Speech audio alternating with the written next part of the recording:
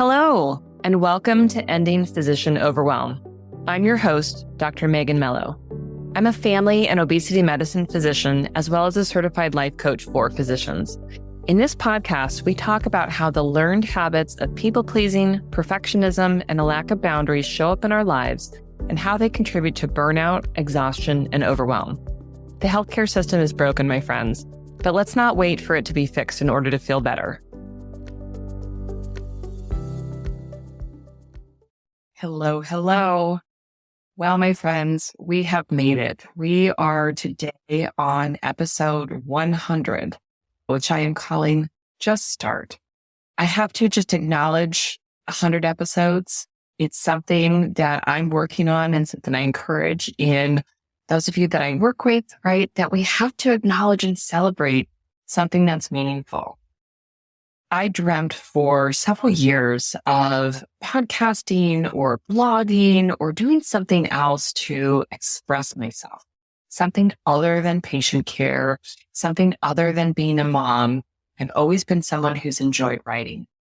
The manifestation of this podcast or of my blog came about because one day I just decided I needed to get going.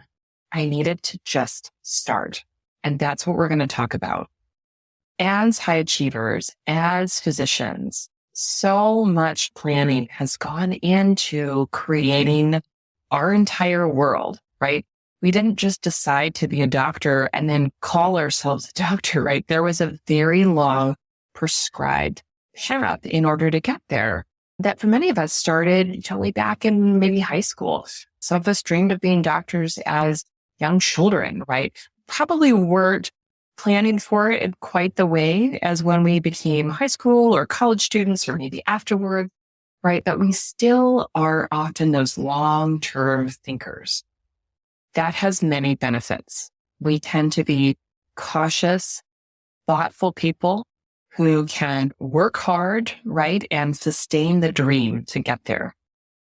Downside to that, as I am sure many of you will resonate with, is that because we have that long-term view, because we know the quality and the energy and the education that we've sustained to get where we are, we often will procrastinate on getting started with something important.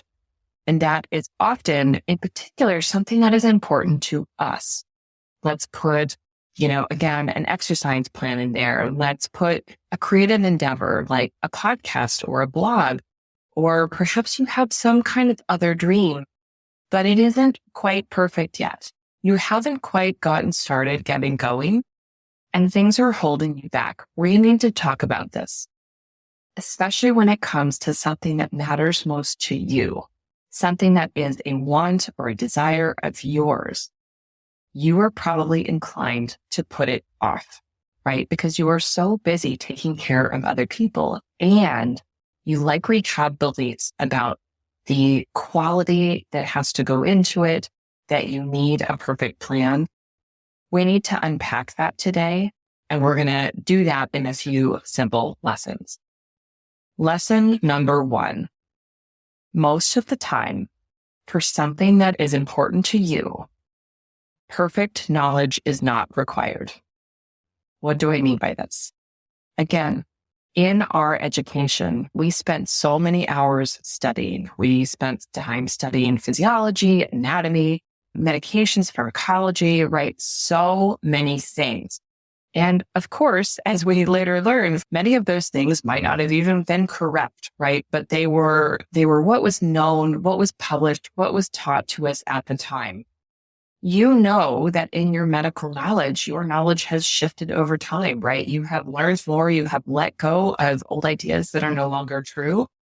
Because of the importance of the work that we do, we have often become conditioned to thinking that we need to have perfect knowledge in order to move forward, right? We need to have the absolute right answer, the absolute best, most evidence-based, most perfect, most practical answer, ever spoken. For me, as a primary care person, I have certainly had to let that go over time because there are so many undifferentiated concerns that are coming in, right? Part of my job is to discern whether something is really a problem or not. But this idea that perfect knowledge or a perfect plan is required to already get started holds us back. Let me give you a very common example.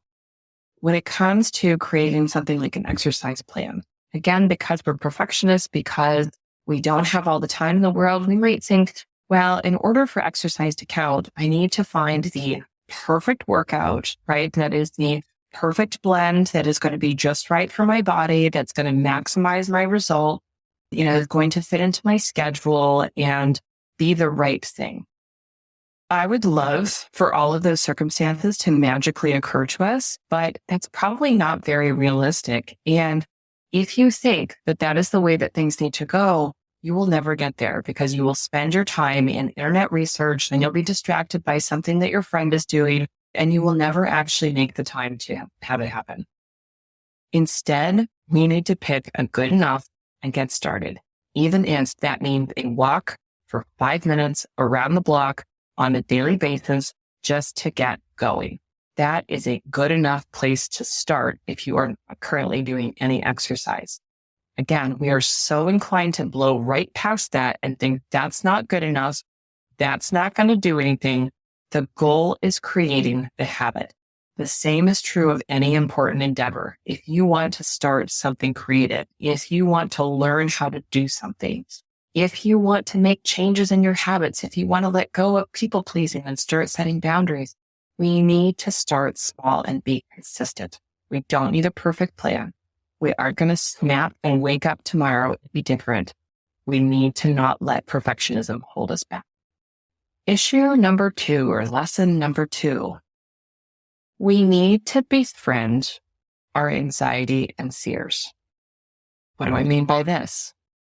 Often, the people that I talk to, and in my own experience, we have a tremendous amount of anxiety and fear that hold us back from things. And again, certainly in creating this podcast, in launching a blog, in creating a business, I had a lot of fear. What if I mess it up? What if I make mistakes? Will I be able to, get the attention that I need, right, in order to grow this? All of those fears and anxiety were there. What will people think? It's hard every time I start to record. Is this going to be something that is important for people here? Is this going to be something that people like, that they value? I have no idea. Those fears and anxieties come with me. And this is true for so many people, like I said, that I talk to, that we often are so good at masking our fear and anxiety, but a lot of us suffer from a lot of anxiety, a lot of overwhelm. And we can interpret those signals as a sign that we shouldn't do something, that we're doing something wrong, that we're doing something that is too big and the fear is holding us back, right? Fear is a primitive protection that our brain has created to keep us safe, right? But so many of us experience fear and anxiety about things that are not at all dangerous. It is not at all dangerous to my health and well-being and survival to put a podcast into the world, or to write a blog, right? Or to start an exercise plan and have it not be the right one, to start my own business. None of those things are actually dangerous to myself, but my brain interprets them as such. So when we are getting started with something, when we are launching into something, we don't have to wait for fear and anxiety to go away. We need to understand that they are just part of the process of doing something new, doing something important, and recognize that fear and anxiety, although it feels very threatening to us, it can just come along with us. An analogy that I love to use is that fear and anxiety are just, coming along for the drive with us, but they're going to sit in the back seat. They're not going to navigate for us. They're not going to change the radio station, right, and decide what we listen to.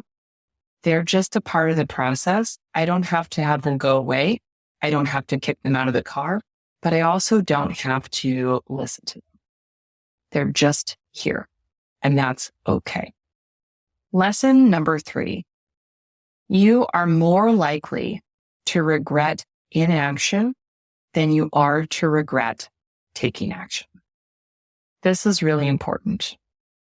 If you are someone who lives in your head, if you are someone who experiences perfectionism, who then subsequently procrastinates and doesn't get going, you will likely regret that more than you will regret getting out there, putting yourself forward, making an attempt at something, trying and failing, and just being willing to keep showing up.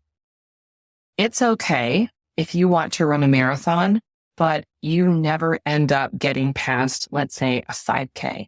That's okay. Are you going to regret that you went from someone who doesn't run at all to running a 5K? I don't think so, right?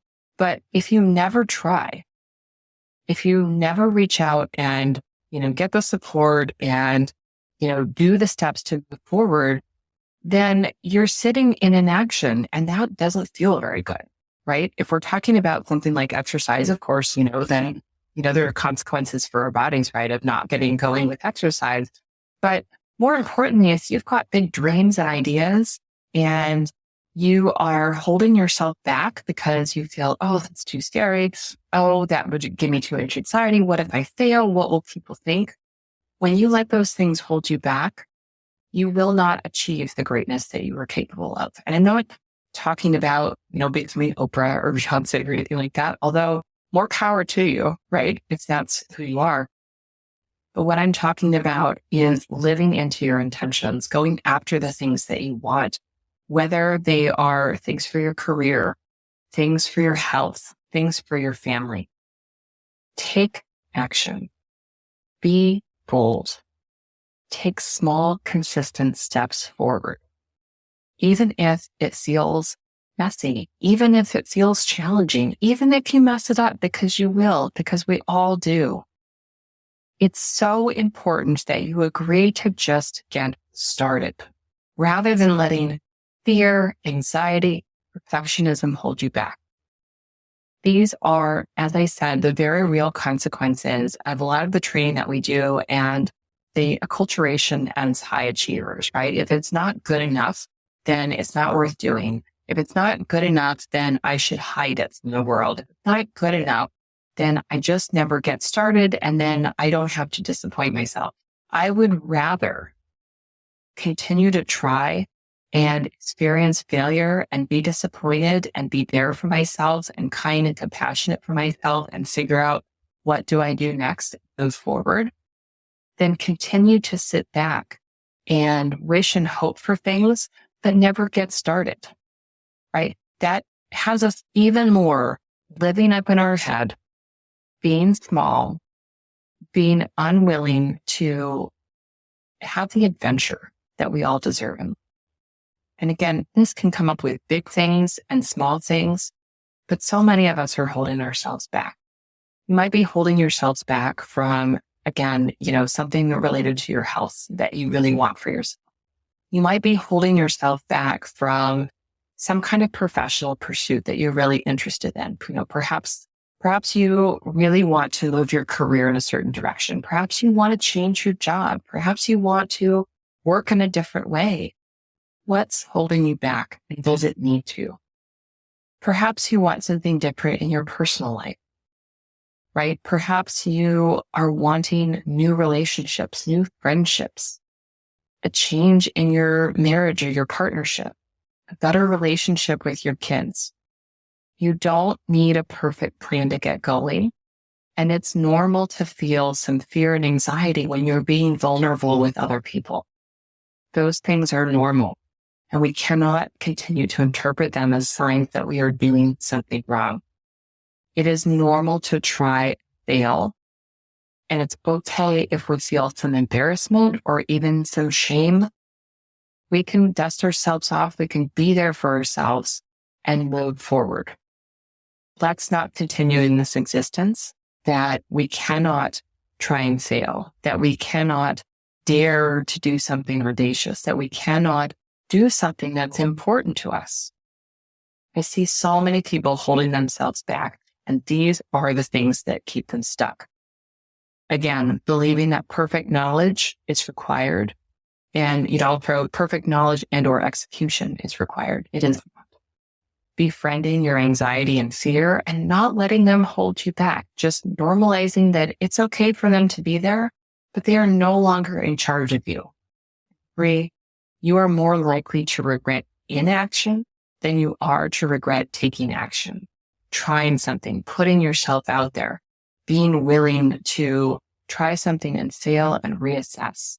You are more likely to regret staying stuck, staying small, not going for what you want, not working to improve your relationship or your health, not trying something new to expand your career in a direction that you're really passionate about or excited about in some way, or even trying something outside of medicine, whether that becomes your career or something that you do on the side. Let's not hold ourselves back. What is it that you are wanting that you have found yourself being stuck in? What is that for you? What will you do to get going? What are the small steps that you can just start doing now and get going? That might be, like I said, being willing to take a 5-minute walk every day. That might be connecting with someone who does the work that you are interested in doing, right? It might be daring to write a blog or do some kind of creative thing that gets you and your voice out in the world and helps you to be less small in your life. It might be telling someone that you care about that you are wanting to improve the relationship. What is it for you that you want to get going on? And my friends, I invite you to just start. Be willing to do it messy. Be willing to mess it up. People will admire you more for taking bold action, putting yourselves out there, daring your fears, then they will judge you. And if they judge you, because some people always will, have your own back. Know that what you do and what you want matters. And it matters more than other people's opinions. But again, if you are here, if you are a physician, you are probably well conditioned to believe that other people's opinions are more important than yours. They are not. Do you want to be at the end of your life having valued other people's opinions more than your own? I doubt it. Thank you so much for joining me on episode 100. Thank you so much for being one of my listeners. I continue to invite you to please share these episodes with your friends and your colleagues, because that personal recommendation is what helps more of this healing to get out into the world where it needs to be.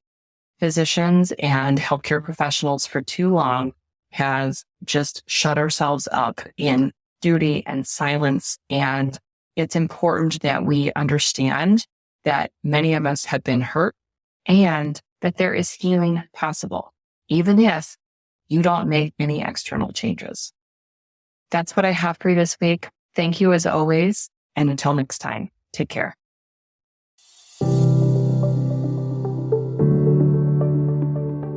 Well, that's our show for today. Thank you as always for listening.